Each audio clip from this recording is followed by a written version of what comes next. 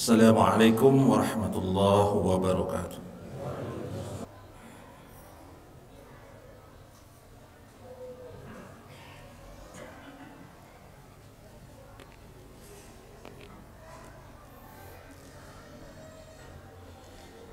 Alhamdulillahilladzi arsala rasulahu bil huda wa dinil haqq liyudhhirahu 'ala ad-dini kullihi walau karihal musyrikun. Ashhadu an la ilaha illallah wahdahu la syarika lah syahadatan tunji biha man yaqulun. Wa ashhadu anna Muhammadan 'abduhu wa rasuluhu alladzi bida'watihi famanu qu anfusakum wa ahlikum nara wa quduha an-nas wal hijarah 'alayha malaikatun ghiladun shidad la ya'suna Allah ma amarahum wa yaf'aluna ma yu'marun. Wa qala Nabi sallallahu alaihi wasallam kullukum ra'in wa kullu ra'in mas'ulun an ra'iyyatihi. Sadaqallahul azim wa sadaqa rasuluhul karim wa nahnu ala dzalika minasyahidin wasyakirin walhamdulillahi rabbil alamin. Hadirin ma'asyiral muslimin, sidang Jumat yang dimuliakan Allah Subhanahu wa taala. Kita panjatkan puji dan syukur kehadirat Allah Subhanahu wa taala atas limpahan berbagai macam karunia.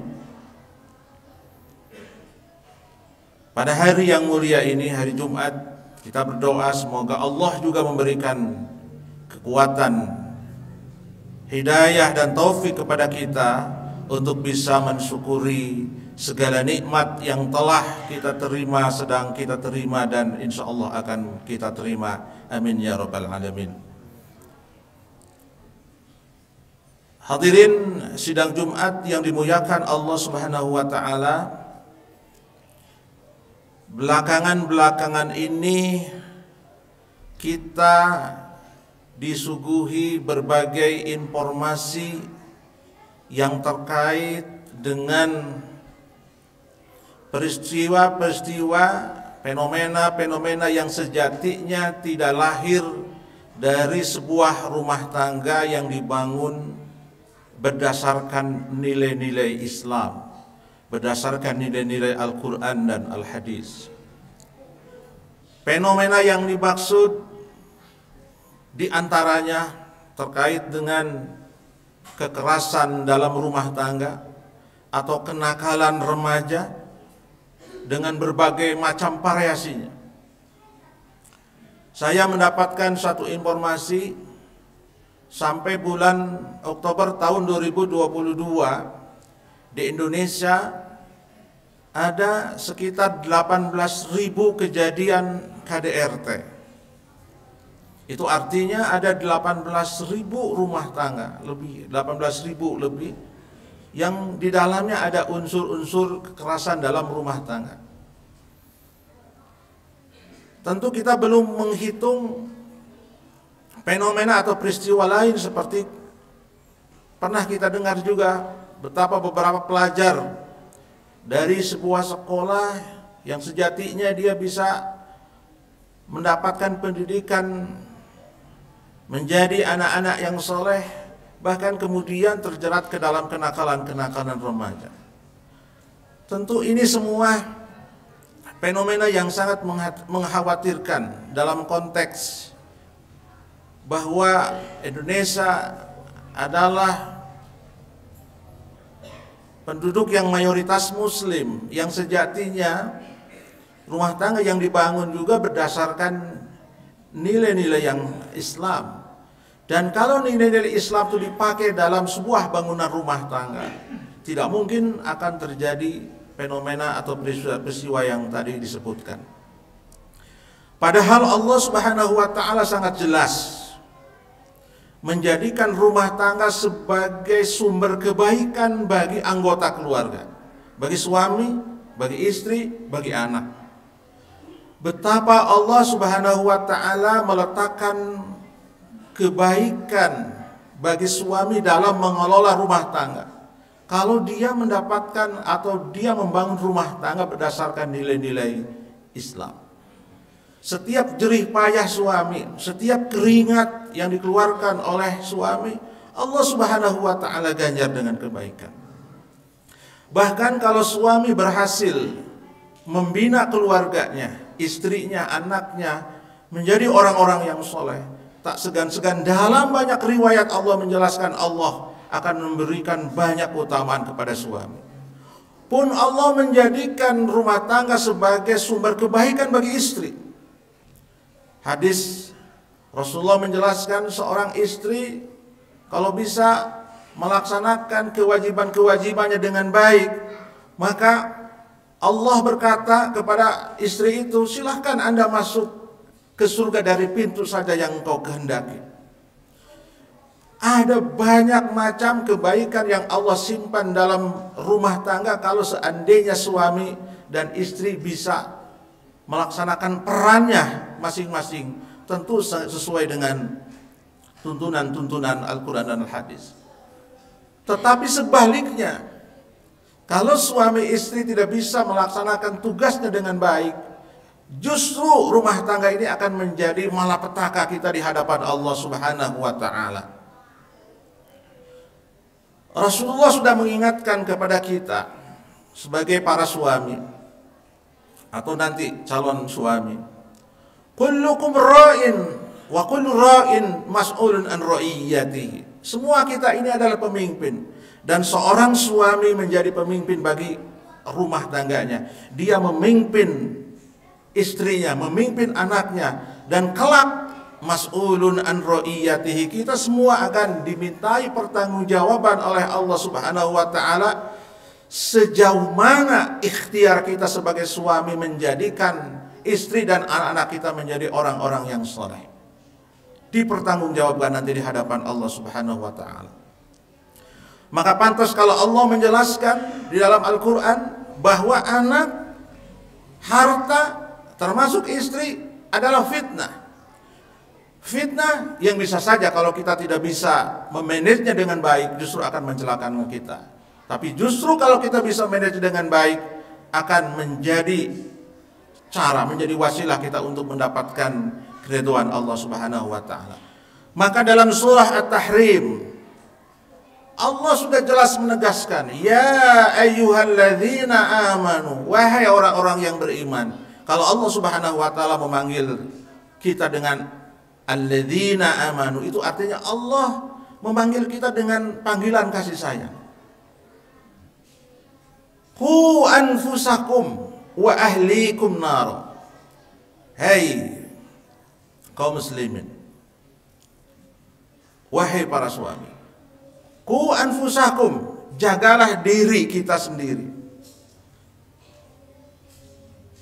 Tapi tidak cukup soleh kita sendiri, tidak cukup soleh suami, tapi juga kita berkewajiban untuk mensolehkan istri. Qu anfusakum wa ahlikum, dan keluarga kalian. Siapa keluarga itu? Istri, anak. Dijaga dari apa? Naro, dari neraka. Dan berbagai konsekuensinya yang dampaknya tidak saja dirasakan kelak di hari kiamat, tapi di dunia saja sudah dirasakan. Orang yang membangun rumah tangganya tidak sesuai dengan nilai Islam sudah dapat dirasakan. Broken home, terjadi KDRT, suami tidak betah, istri tidak betah, anak tidak betah. Itu saya sudah neraka. Dalam surat ini Allah menjelaskan waquduhan nas wal hijarah. Allah akan menjelaskan kepada kita orang-orang yang beriman bahwa kalau kita tidak bisa menjaga keluarga kita dari neraka, dari hal-hal yang dilarang oleh Allah Subhanahu wa taala yang mengakibatkan masuk neraka, Allah jelaskan neraka itu bukan hanya sekedar api. Waquduhan nas wal hijarah, neraka itu bahan bakarnya adalah manusia dan batu. Seperti apa kita tidak bisa membayangkan betapa dahsyatnya itu api neraka. Tidak itu saja, Allah mengatakan 'alaiha malaikatun ghiladun syidadun. Neraka itu akan dijaga oleh malaikat-malaikat yang keras, yang kasar. La ya'sunallaha ma amarahum wa yaf'aluna ma yu'marun. Selalu taat dengan perintah Allah Subhanahu wa taala. Di dunia kita tahu, kalau ada satu tindakan kriminal, hukumannya besar, hukumannya berat, misalnya hukumannya mati, pasti tindakan kriminal itu tindakan yang sangat dahsyat, sangat merugikan orang, seperti membunuh orang, maka hukuman maksimalnya adalah hukuman mati. Hukuman itu tentu seiring dengan tindakan kriminal yang dilakukan. Ancaman ini hukumannya ada neraka begitu dahsyatnya. Itu artinya tindakan-tindakan yang menyebabkan orang masuk ke dalam neraka seperti itu adalah tindakan yang sangat luar biasa dahsyat. Maka Allah mengingatkan, hati-hati dengan rumah tangga. Karena dari rumah tangga inilah kemudian akan muncul dua kemungkinan. Putra yang soleh atau putra yang tidak soleh. Kemungkinannya itu dua. Dan sekali lagi yang punya kewajiban itu semua adalah kita sebagai para suami. Kita nanti akan bertanggungjawab di hadapan Allah Subhanahu wa taala. Ikhtiar apa yang dilakukan oleh kita untuk mensalehkan istri dan anak-anak kita? Hadirin yang dimuliakan oleh Allah Subhanahu wa taala. Allah di dalam Al-Qur'an atau Rasulullah dalam sunnah, dalam hadisnya sudah banyak memberikan pelajaran kepada kita bagaimana sesungguhnya kita membangun rumah tangga sesuai dengan nilai Islam.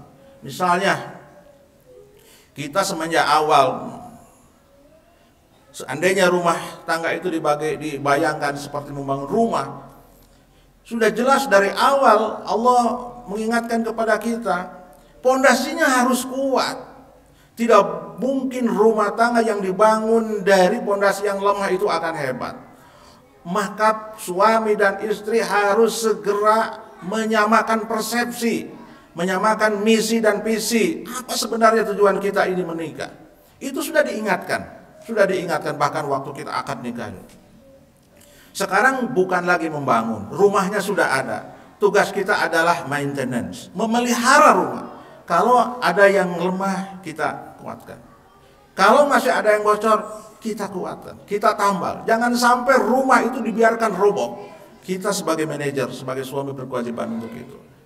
Terkait dengan anak, Rasul mengingatkan, muru awladakum bis-shalah wahum abna'u sab'in. Ketika anak itu berusia 7 tahun diwajibkan untuk sholat, diperintahkan untuk sholat. Apa sesungguhnya tujuannya? Bapak Ibu sekalian, dalam konteks rumah tangga hari ini dengan serba kesibukan masing-masing, boleh jadi adalah sebuah rumah tangga yang hubungan antara suami dan istri dan anak itu sulit untuk ketemu. Tetapi kalau anak itu diperintahkan untuk sholat, pasti dia akan keluar dari kamar untuk wudhu, untuk sholat berjamaah, dan dia akan berinteraksi dengan orang tuanya. Dan ini juga pelajaran bagaimana menanamkan disiplin kepada anak. Karena awal mula atau teori pendidikan mengatakan bahwa sesungguhnya pembangunan karakter yang paling efektif itu adalah saat anak-anak kita ada di rumah. Usia golden age, usia 5-10. Bahkan usia dari begitu bayi, proses pendidikan sudah dimulai. Itulah sesungguhnya kita sedang menginstal karakter kepada anak. Kalau di rumah saja anak tidak mendapatkan install program yang baik, bisa dibayangkan bagaimana perkembangan gitu. Lalu kemudian kata Rasulullah, kalau 10 tahun anak itu nggak sholat, harus dididik, harus dipukul. Itu dengan pukulan yang mendidik, bukan yang melukai. Karena begitu pentingnya menanamkan nilai-nilai Islam di dalam rumah tangga. Lalu kemudian pisahkan mereka ketika sudah mengajak usia remaja. Anak-anak itu sudah mulai besar, itu harus dipisahkan. Itu artinya apa? Bagaimana Islam mengajarkan kepada anak-anak tentang privasi masing-masing. Karena boleh jadi tindakan-tindakan KDRT yang terjadi, kenakalan-kenakalan, karena di situ privasinya tidak ada. Atau boleh jadi karena interaksi yang kurang intens antara pertemuan-pertemuan itu. Hadirin yang dimuliakan oleh Allah Subhanahu wa taala, rumah yang di situ ada surga bukan rumah harus besar, bukan rumah harus tinggi, harus luas. Rasulullah mengajarkan kepada kita bagaimana rumah beliau yang sangat sederhana itu, tetapi justru di situ surga. Oleh karena itu hadirin yang dimuliakan oleh Allah Subhanahu wa taala, marilah, rumah kita sekarang sudah ada. Rumah tangga kita sudah ada, kita tinggal memeliharanya, tinggal melihat mana sisi-sisi yang bocor, kita tambah, bahkan diperbaiki supaya di situ ada tercipta surga. Hingga ungkapan baiti jannati, rumahku adalah surgaku. Di mana situ suami betah di rumah, istri betah di rumah, anak betah di rumah, di situ ada sakinah, ketenangan. Karena pendidikan yang efektif, penanaman nilai-nilai yang baik dalam rumah tangga itu akan tercapai dengan baik kalau kondisi rumah dalam keadaan sakinah, dalam keadaan tenang. Sandang pangan terpenuhi, kemudian tidak ada perselisihan antara suami dan istri, anak diperhatikan dengan baik. Itulah faktor-faktor yang memungkinkan kita untuk menghadirkan pendidikan yang bisa membangun karakter-karakter anak-anak kita yang soleh untuk generasi yang akan datang. Mudah-mudahan Allah Subhanahu wa taala senantiasa membimbing kita untuk bisa menghadirkan kondisi surga di dalam rumah kita. Amin ya rabbal alamin. Barakallahu li wa lakum wa nafa'ani minal ayati wa dzikril hakim wa taqabbalallahu minna wa minkum tilawatah innahu huwas samiul alim.